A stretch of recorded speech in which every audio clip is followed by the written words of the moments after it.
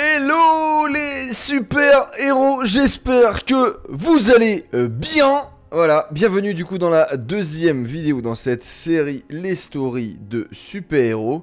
Et aujourd'hui, j'aimerais te raconter quoi? J'aimerais te partager que j'ai failli perdre la vue, frérot. J'ai failli perdre la vue. C'est pas une blague, c'est pas un délire. Et je te raconte tout ça dans la story du jour. C'est parti. Sur l'autoroute, les amis, il va y avoir de la merde.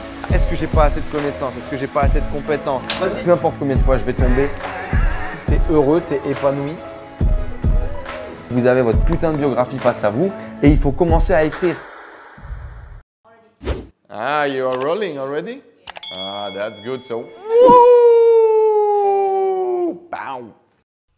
You are rolling already? Wouh. Allez, abonne-toi les amis si c'est pas encore déjà fait. Le mardi, le jeudi, le dimanche, une nouvelle vidéo pour t'aider à accomplir plus, à développer ton niveau de conscience pour illuminer le monde de ta lumière, frérot. Ton super pouvoir, révéler ton super pouvoir et enfin accepter ton statut de super héros moderne. Abonne-toi, rejoins-nous, ne rate aucune vidéo. À chaque vidéo, tu reprends un petit peu de pouvoir personnel. C'est la magie, c'est comme ça que ça se passe. Bref, j'ai failli perdre la vue. En mode anecdote de ouf, un petit peu là pour continuer notre série. C'est maintenant ou c'est trop tard. C'est un peu la vidéo dont on parlait juste avant. Et aujourd'hui, du coup, j'aimerais te partager à quel point c'est maintenant ou c'est trop tard parce que j'ai failli perdre la vue et il fallait impérativement que je te raconte ce qui s'est passé la semaine dernière. Je préviens, no putaclic, no fake, je te jure, c'est la vérité, frérot, c'est un truc de ouf. Je rentre la semaine dernière du coup en France bien gentiment et c'est vrai qu'en général quand je rentre en France j'en profite pour passer un petit peu chez les médecins. C'est pas que la médecine en République Dominicaine j'y crois pas trop mais c'est vrai que j'aime bien. C'est plus facile, c'est en français etc. T'as tes petites habitudes parfois avec tes médecins donc quand je rentre en France en général je passe chez le médecin et là j'avais pris du coup un rendez-vous chez l'ophtalmo parce que depuis quelques mois j'ai une petite tache dans l'œil. Depuis d'ailleurs le bateau à Phuket, dédicace à tous mes frérots qui étaient venus participer avec nous. Donc j'avais organisé ça avec Nico de Phuket Your Story. On avait loué un bateau, du coup on avait fait venir une dizaine d'entrepreneurs pour passer un week-end avec nous, parler vidéo business. On avait passé un super moment, c'était vraiment très très cool. Hello à toute l'équipe du Saint-Tropez. Bon. Ceci étant dit, j'ai eu un peu mal de mer ce jour-là sur le bateau, et puis à un moment donné, je me suis mis à l'extérieur pour aller regarder les poissons, pour aller vomir, frérot, parce que j'avais le mal de mer de ouf. Et en fait, je me suis posé comme ça, machin, et donc ça allait mieux, mais le problème, c'est que j'ai eu une tache, tu vois. J'ai capté qu'en fait, quand je bougeais mon œil, il y avait un petit truc qui bougeait, une petite tache dans l'œil et tout. Bizarre ça, tu vois. Puis bon, tu rentres en Thaïlande, tu passes à autre chose, etc. etc. Donc là, je prends rendez-vous chez l'ophtalmo. Bref, je vais chez l'ophtalmo en rentrant du coup dans le nord pendant quelques jours. Et puis tout va bien, tu vois. Donc je vais à l'hôpital, chez l'ophtalmo, tranquillou. Boum, je prends mon rendez-vous. La meuf, elle me check un peu. Et donc tu te fais d'abord checker par une opticienne et puis ensuite par l'ophtalmo. Visiblement, il gagne du temps. Donc la nana, elle me check un peu. Elle check mes lunettes et tout. Elle me dit les lunettes, c'est pas terrible là, tu vois. Je lui dis bah écoutez, ouais, j'ai changé mes verres en Thaïlande. Elle m'a dit bah thaïlandaise, je sais pas si elle voyait clair. Tu vois la blague ou pas? Pour un opticien, c'est pas terrible. Et donc, du coup, elle me dit ouais, voilà, moi je vois 0,5 en plus là à droite et tout sur votre verre. Mais bon, mis à part ça, ok, très bien. Et donc, elle me dit voilà, maintenant vous allez être inspecté par l'ophtalmo pour voir un peu pour votre tâche et tout. Ok, bah nickel, tu vois. Donc, hop, j'attends. L'ophtalmo, il me prend. C'était un type, c'était un Tunisien, je crois. Tu vois, il avait. Ouais, je pense que c'était tunisien. Il avait un petit accent tranquille, tu vois, un petit accent du bled. Et le mec, il me prend comme ça, il me dit ouais, salut, ça va parle comme ça un peu, parle comme ça, tranquille, le mec, décontracte. Il me dit écoute, la tâche, tout ça, t'inquiète, c'est pas grave. Il me dit moi aussi j'ai une tâche comme ça fait des années, c'est pas très grave, on va la checker, on va regarder, il y a aucun problème. Il me met des gouttes dans les yeux, etc. Il me dit bon bah voilà, le temps que ça fasse effet, tu vas te remettre dans la salle d'attente, attends quelques minutes, etc. Et en fait, ça va anesthésier, ça va dilater ta pupille ou je sais pas quoi pour faire le contrôle. Et donc voilà, je retourne dans la salle d'attente. Au bout de 10 minutes, tu sais, tu peux plus écrire de texto, frérot. T'as l'impression d'être bourré et t'as 4 grammes et demi, tu vois. T'es comme ça, tes yeux ils partent complètement aux couilles. Bah, c'est comme quand t'es bourré, quoi. Clairement, ta pupille elle est complètement dilatée et donc tu sais pas lire, etc. Il y a tout qui est flou, quoi. Donc tu vois, t'es là, t'as un peu l'impression d'être gazé, mais sans le gaz, tu vois ce que je veux dire ou pas? Mais c'est marrant comme sensation, pour le coup, c'est très intéressant. Bref, je je rentre, je rentre avec l'ophtalmo, etc. Et donc toujours pareil, le mec assez enjoué, etc. Plutôt de bonne humeur. Il dit bah voilà, installe-toi, on va regarder un petit peu tout ça, etc. Et il se pose dans le truc, donc il me pose, tu sais, t'as l'impression qu'il a une longue vue comme ça, tu vois. Il te pose en face, tu poses ton menton là, classique, tac, comme chez l'opticien pour tous ceux qui connaissent, team lunettes. Et donc du coup il te pose comme ça et puis voilà, tu regardes haut, bas, machin, tout ça. Et il me dit par contre voilà, ça va faire un petit peu mal, il faut que je te mette un verre. Donc en fait j'ai l'impression qu'il pose une loupe, tu vois, il pose une loupe sur ton œil comme ça, je sais pas trop. Et puis il check. Et donc il me dit ouais voilà, t'inquiète pas, on va regarder, tout se passe bien, ça va bien se passer, moi aussi j'essaie. Puis là au bout de quelques minutes tu sens un petit peu qu'il y a une espèce de tension, tu vois. Petite tension. T'es chez l'ophtalmo à l'hôpital, t'es venu pour un examen, tu vois, un petit peu. Il y a une tension dans le bureau. Il y a une tension dans le bureau et il rigole plus, le médecin qui est en face de moi. Et puis je sens un petit peu qu'il s'active, tu vois. Donc il avait la main gauche comme ça sur le truc, tac tac sur le verre là. Puis il a la main droite comme ça là. Et je vois qu'il s'active, qu'il prend des trucs et tout, il touche des trucs, machin. Puis je le vois, je ressens vraiment cette énergie, cette tension dans la pièce. Et je dis alors docteur, qu'est-ce qui se passe, ça va? Tu sais, genre j'essaie un peu de décontracter le bazar quoi. Et il me dit tout va bien, la rétine n'est pas touchée, tu ne vas pas perdre la vue. Ah frérot, j'ai peut-être pas perdu la vue, mais là j'ai perdu les os. Ah putain. Je réponds ah, d'accord, très bien, merci de m'en informer. Je rappelle que je suis là un peu en mode un petit contrôle, etc. Truc pas trop prévu et tout. Je suis venu en détente, j'étais en jogging. J'étais pas prêt à recevoir ce genre d'informations. J'étais pas prêt du tout. Donc il me dit ça, comme ça, frérot, comme une lettre à la poste. Il me dit bah c'est bon, tu vas pas perdre la vue. Je dis bah j'espère bien, merci docteur. c'est sympa ce que vous me dites. Mais là du coup en fait, je souris beaucoup moins. Hein. Dans le bureau, je faisais un peu moins le malin. Je fais un petit ah bah d'accord, très bien. Et puis après je ferme un peu ma gueule. Hein, parce que lui il ferme sa gueule et tu vois qu'il est très concentré sur ce qu'il est en train de faire. Et donc il va essayer de m'expliquer. Hein, il m'explique que j'ai une déchirure de la palissade. Mais que c'est la palissade supérieure, donc c'est pas très très grave, mais il faut faire quelque chose quand même. En même temps qu'il m'explique tout ça, donc du coup je me chie un peu dans le froc quand même, parce que c'est à ce moment-là du coup que, bordel de merde, j'aurais peut-être pu perdre la vue quoi, du coup. Ce truc là sur lequel je traîne depuis des semaines à pas aller chez le docteur, j'aurais pu perdre la vue quoi. Et là du coup à ce moment-là, tu sais, je me refais... je sais pas si vous aussi vous regardez des vidéos ou des audios de gratitude ou des choses comme ça, et puis à l'intérieur tu as toujours un moment donné où il dit voilà, prends conscience et remercie ton corps, tes bras, tes yeux, ton nez, tes oreilles, tes différents sens, tu vois, remercie-les et de la gratitude pour ces sens. Et c'est vrai qu'en général, je vais vous l'avouer, bon, j'ai un peu de mal. J'ai jamais rien connu d'autre, j'ai jamais été sourd, donc je sais pas à quel point c'est génial d'entendre quelque chose, tu vois ce que je veux dire. C'est très humain ça d'ailleurs, on a toujours besoin de devoir vivre la solution, le truc le plus radical, le plus puissant, le plus grave du monde pour prendre conscience de la vie. On a besoin de passer à côté de la mort pour prendre conscience de la vie.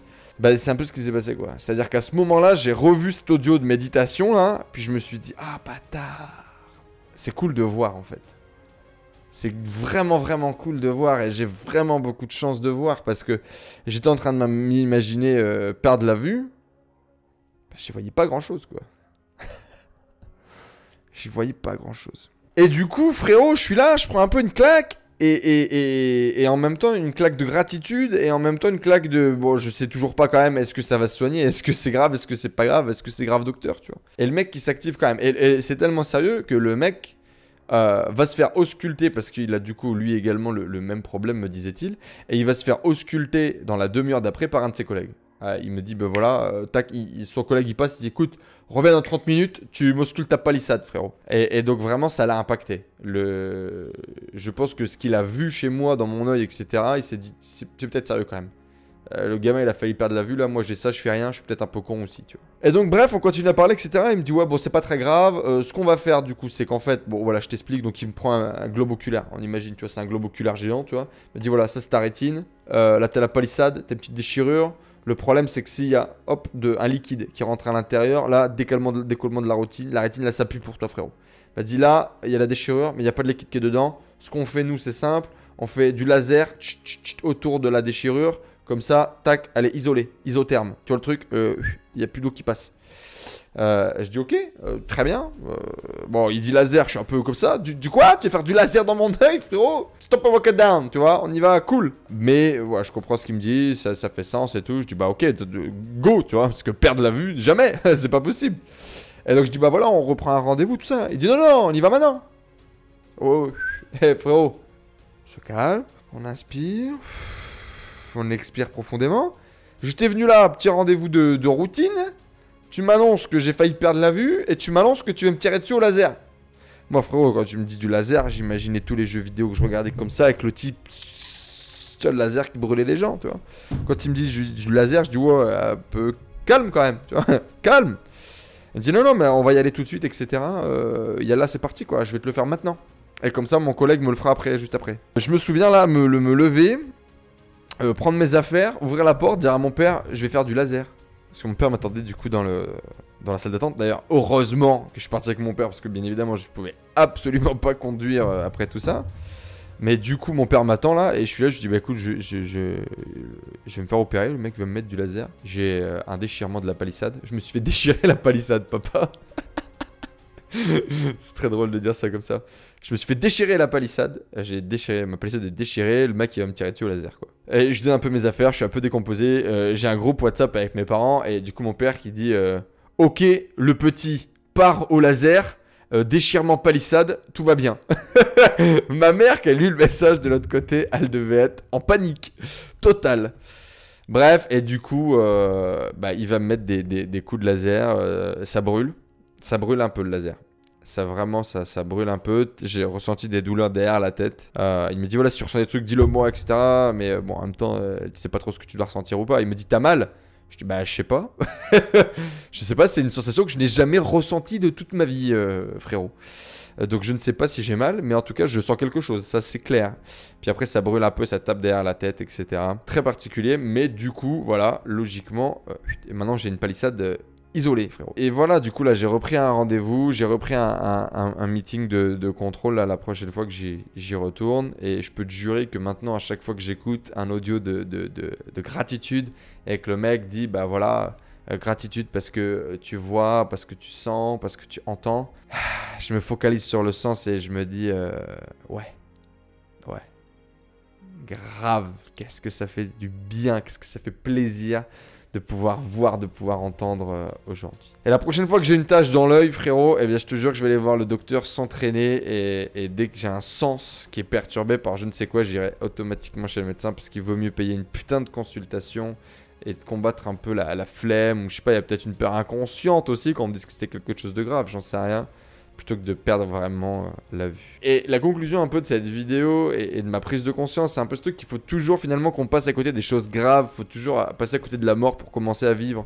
Combien d'histoires peut-être que tu as entendu, peut-être que j'ai entendu, où c'est les gens qui doivent passer à côté de la mort, qui doivent se rendre compte de leur merde, de mettre le nez dans la merde à fond pour se l'enlever et dire putain qu'est-ce que ça sent bon dehors, tu vois. Pourquoi est-ce qu'on attend ça? Je suis sûr qu'on n'est pas obligé d'aller vivre la mort pour commencer à vivre et que justement on peut décider de faire des choix beaucoup plus conscients dès aujourd'hui. Est-ce que j'ai attendu de pratiquement perdre la vue pour commencer à voir?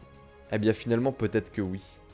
Peut-être que voir que le bonheur il est là au quotidien, il est devant moi et que bah, c'est maintenant ou c'est trop tard. Je vois aujourd'hui plein de choses que je ne voyais pas avant et c'est magique. Et c'est pour ça que je voulais vous le partager dans cette courte vidéo, la famille. Focalisez-vous sur les bénédictions et les cadeaux que vous avez déjà dans vos vies au lieu de visualiser ce que vous n'avez pas ou ce que vous aimeriez avoir. Et c'est grâce à cet amour, ces cadeaux, cette appréciation que selon moi, en tout cas que moi, je trouve la paix, je trouve le bonheur et que je me crée une vie d'abondance. Et je suis persuadé que toi aussi frérot, c'est comme ça que tu peux faire. Frérot, sœurette, bref, à vous tous les super-héros modernes quoi. Est-ce que c'est en perdant la vue qu'on commence à voir. Grosse dédicace à mon poteau Sergio qui du coup fait des blagues incroyables sur sa cécité. Ce type me tue à chaque fois. Mais voilà, je voulais vous partager un petit peu cette histoire les amis de j'ai failli perdre la vue. C'était pas du fake, c'était pas du putaclic. Je me suis un peu chié dessus quand le mec m'a raconté ça. J'ai essayé de savoir si c'était la boxe, etc. Et visiblement selon lui c'est juste comme ça. C'est une anomalie, c'est une malformation qui peut se déclencher comme ça. c'est pas forcément la box selon lui qui pouvait créer ça. Bref, les amis, la vie, c'est maintenant ou c'est trop tard. Je vous invite à réagir dans les commentaires. Bien évidemment, laissez-moi un max de réactions. Est-ce que vous aussi, vous avez déjà vécu ce genre de truc où vous allez chez le médecin, où vous apprenez une nouvelle importante et vous avez une prise de conscience à ce moment-là? Est-ce que c'est en passant juste à côté de perdre quelque chose que vous avez pris conscience à quel point c'était important? Moi, ça m'arrive aussi, par exemple, quand je suis grave... Alors, c'était avant, quand j'étais grave bloqué du dos... quand je me suis fait opérer, quand j'ai eu un plâtre, etc. Je me souviens, j'ai eu un plâtre au pouce une fois. Et tu te rends compte à quel point ton pouce c'est génial dans ta vie en fait. Parce que du coup, avec le plâtre, tu peux pas écrire, tu peux pas taper, tu peux pas faire plein de choses. C'était mal de dos, j'étais bloqué des semaines entières. Et c'est tellement la galère que quand t'as plus ça, c'est incroyable à quel point c'est un plaisir de pouvoir se tenir droit, de pouvoir marcher sans douleur. Bref, faut toujours qu'on passe à côté de la mort pour commencer à vivre. Qu'est-ce que t'en penses? Donne-moi tes réactions dans les commentaires, super-héros. Je te souhaite une excellente journée. Merci beaucoup d'avoir regardé cette vidéo. Merci beaucoup pour ton temps. Merci beaucoup pour ton amour. Partage cette vidéo si elle t'a plu. Comme d'habitude, c'est ton moyen de me faire savoir. Eh bien, si elle t'a plu, si tu veux recevoir tous mes conseils dédiés au développement personnel, au business, à l'entrepreneuriat, c'est le premier lien dans la description juste en dessous. Abonne-toi à la liste VIP et tu recevras des conseils toutes les semaines. Et puis, abonne-toi à cette chaîne YouTube si ce n'est pas déjà fait pour pouvoir recevoir toutes les prochaines vidéos qui vont sortir dédiées au développement personnel, au business, aux différentes stories. Rendez-vous dans la prochaine vidéo stories. Je ne sais pas encore de quoi elle va parler parce que forcément, on n'a pas de programmation vu que c'est des stories. On va voir. Voilà, à mon avis, une histoire assez folle, hein, avec plein de prise de conscience, plein d'amour et puis beaucoup de croissance. Allez, je te souhaite une bonne journée. À très vite. Ciao, ciao la famille. 3, 2, 1, 0. All engine running.